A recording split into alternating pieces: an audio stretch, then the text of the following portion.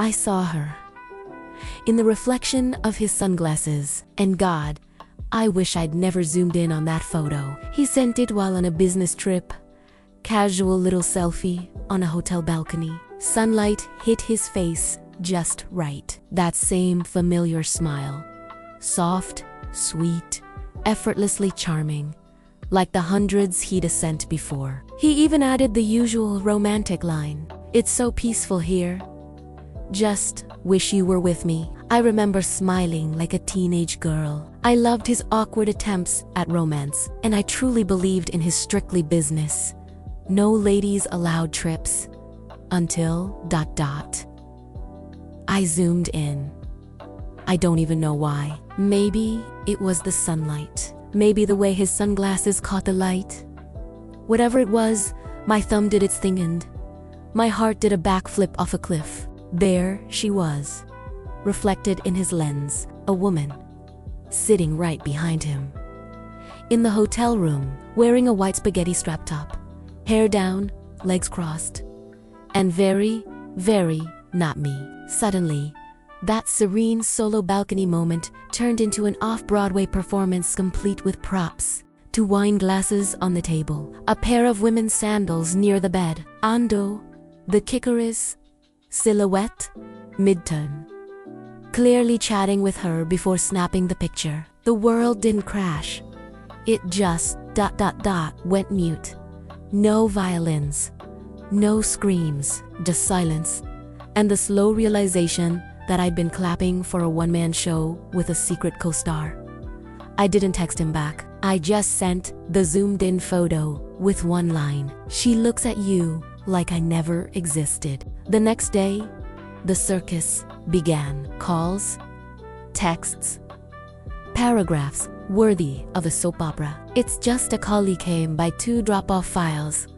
You're reading too much into a reflection. You really trust a piece of glass over me? Yes, I did, but I didn't respond. Not because I believed him, but because I was tired of bending over backwards just to find reasons to forgive. What he never understood was, cheating isn't a one-time event. It repeats every day you lie, every goodnight phone call, every kiss before work, every miss you text while someone else is sitting behind you. We broke up 3 weeks later. No more evidence needed. No photos of them together. Just that one reflection, one accidental mirror that told the whole damn story. And I kept that photo, not out of anger, but as a reminder. The truth doesn't always scream. Sometimes, it just quietly stares back at you from a pair of overpriced sunglasses.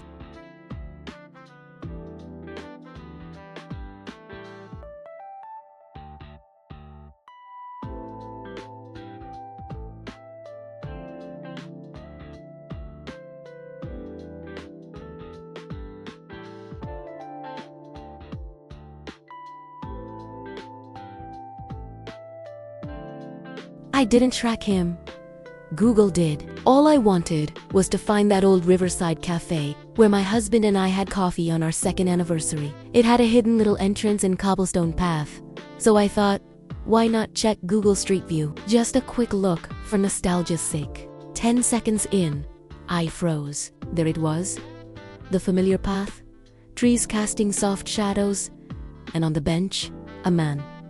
Chapan, denim jacket, black backpack, face turned slightly but unmistakably him, my husband. And next to him, not me. She was leaning on his shoulder, hand casually resting on his thigh, head tilted back in an easy, flirty laugh. He, leaning in, smiling intimate in a way that made my stomach flip. Not with jealousy, with something colder, numbness. I glanced at the photo date. Last month, the same day he said he was meeting clients in Yokohama. That morning, I brewed him coffee, packed his bag, waved goodbye like a loyal, gullible sitcom wife. I didn't scream. I didn't confront. I just took screenshots. Then I explored the area in Street View a bit more. like some kind of digital private investigator, and there it was. They stood up. He gently placed his arm around her back. She giggled and slipped her hand into his. 3 clear shots. Before, during, after. A Google-powered timeline of betrayal. That night, he came out of the shower all refreshed, whistling like someone who hadn't just been caught by a satellite. I placed the iPad on the table, didn't cry, didn't shake, just tapped the screen and said, "Google may not see everything, but this time it saw enough." He didn't speak. Didn't deny it, because really, what could he say? When your wife is holding up a global map service as evidence, the conversation's kinda over. We separated a week later, divorced quietly, not long after. Google may not see everything, but this time it saw enough. He didn't speak. Didn't deny it, because really, what could he say? When your wife is holding up a global map service as evidence, the conversation's kinda over. We separated a week later, divorced quietly, not long after. People sometimes ask me, isn't it ridiculous finding out your husband's cheating? Through Google Street View, I just smile. The ridiculous part isn't the technology. It's that people still believe no one's watching while the world literally drives by and takes pictures.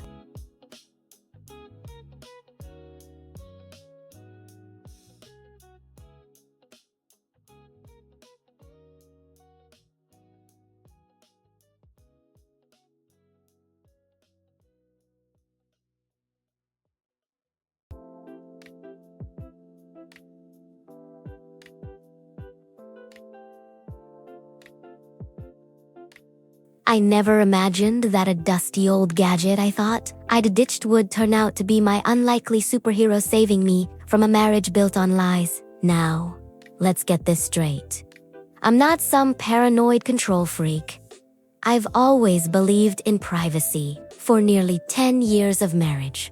My motto was, if you choose each other, you trust each other. Turns out, blind trust is great, it pokes you in the eye. It was just another ordinary Saturday afternoon. My kurang 11-year-old son was rummaging through an ancient drawer, aka the tech graveyard, looking for something to bring to dance class. He dug up an iPod Touch, yes, that kind of relic, from the time when iTunes ruled our household. He asked, "Mom, can I use this? I wanna play music at school." So I plugged it in, hit the power, and expected absolutely nothing to happen. But surprise, the little guy still worked like it had something to prove. Everything seemed normal, until I noticed the iMessage icon glowing like a guilty conscience. I tapped it, half curious, half nostalgic, expecting old messages from my iPod jamming days. But nope, not my messages. The first few lines hit me like a piano falling from the sky. "I missed you like crazy last night. I just wish I could wake up next to you every morning." Accompanied by a heart emoji, a bed emoji, and drumroll a selfie of my husband, the same man I had literally just made pancakes for that morning. My hands started trembling like I'd just been caught in an emotional earthquake. I still remember that bizarre sensation. Not quite anger. Not quite shocked, just this aching void, like someone had yanked me out of a warm dream and dropped me into the freezer aisle of reality. I kept scrolling. The whole conversation was still there, crystal clear. Blessed its forgettable little soul, was still synced to my husband's eye, and he, genius that he is, clearly forgot that syncing works both ways. Turns out, the nights he claimed he had late meetings were actually documented here as "just left the hotel. Sleep tight, babe." And those nights, he spooned me to sleep. Apparently, he was sending bed selfies to someone else at 3 a.m., like a bedtime influencer, but for heartbreak. I don't know how long I sat there, frozen with the iPod in my hands, but eventually, my son poked his head in and asked, "Mom, does it still work?" I forced a smile, placed the iPod gently on the table like it was a cursed artifact, and said, "Sweetie, I don't think you should use this. It's way too old."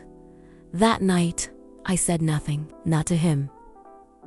Not for a whole week. During that time, I screenshot everything, saved the photos, and called a lawyer. You know what hurt the most? Not that he cheated, but that he didn't even try to be sorry.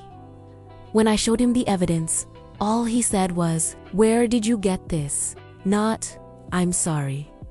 Not even a. Let me explain. We divorced 2 months later. I never told our son the real reason. I just said, "Sometimes grown-ups get lost too, but every time I see that iPod, I think, sometimes the tiniest things carry the biggest truths."